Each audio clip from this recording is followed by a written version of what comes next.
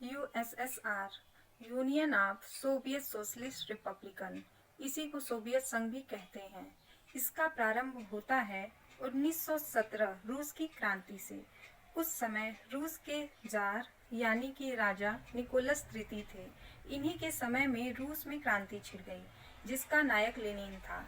Lenin Germany में एक जाहिल पर था, लेकिन वह वापस आकर के इस क्रांति को बहुत ही बढ़ावा दिया और तत्पश्चात इस क्रांति के फलस्वरूप रूस ने एक संगठन बनाया जो कि सोवियत संघ के नाम से जाना गया।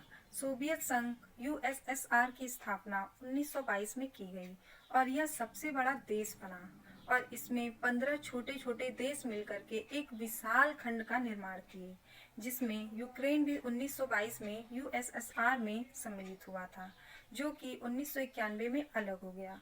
1991 से लेकर के 2014 तक यूक्रेन में सब ठीक था।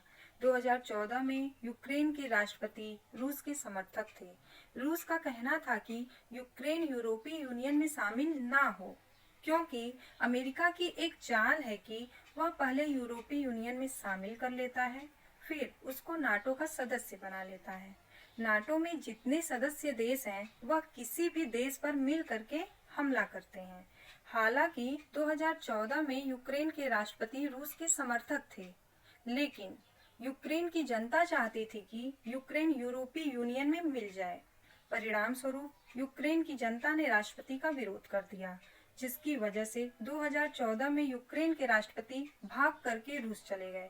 तत्पश्चात यूक्रेन में एक सरकार बनी जिसने यूक्रेन को यूरोपीय यूनियन में शामिल करने की स्वीकृति दे दी, जिसके परिणाम स्वरूप रूस ने यूक्रेन के निचले भाग क्रीमिया पर हमला करके क्रीमिया को अपने कब्जे में ले लिया, जिससे रूस ने एजोव सागर पर कब्जा कर लिया, जिससे कि काला सागर पर भी रूस का वर्चस्व स्थापित हो गया।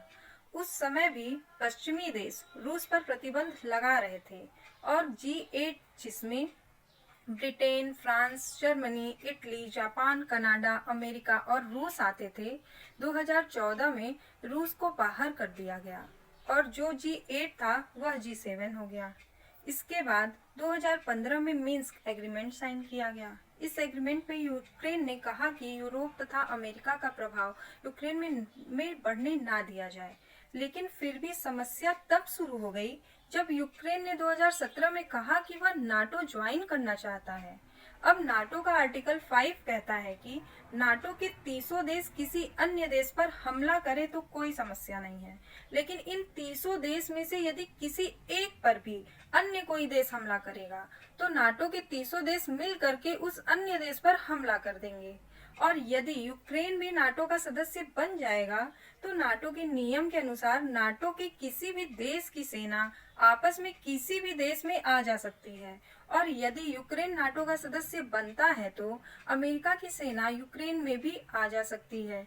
जैसे कि अब रूस से ही टूटा हुआ यूक्रेन, जिसमें कि अमेरिका की सेना आ करके रूस पर हमला करे, फिर रूस अमेरिका पर हमला करेगा। जैसे ही अमेरिका पर रूस हमला करेगा, वैसे ही नाटो के आर्टिकल 5 का उल्लंघन होते ही नाटो के 300 देश मिल करके यूक्रेन में ही आके रूस पर हमला कर देंगे।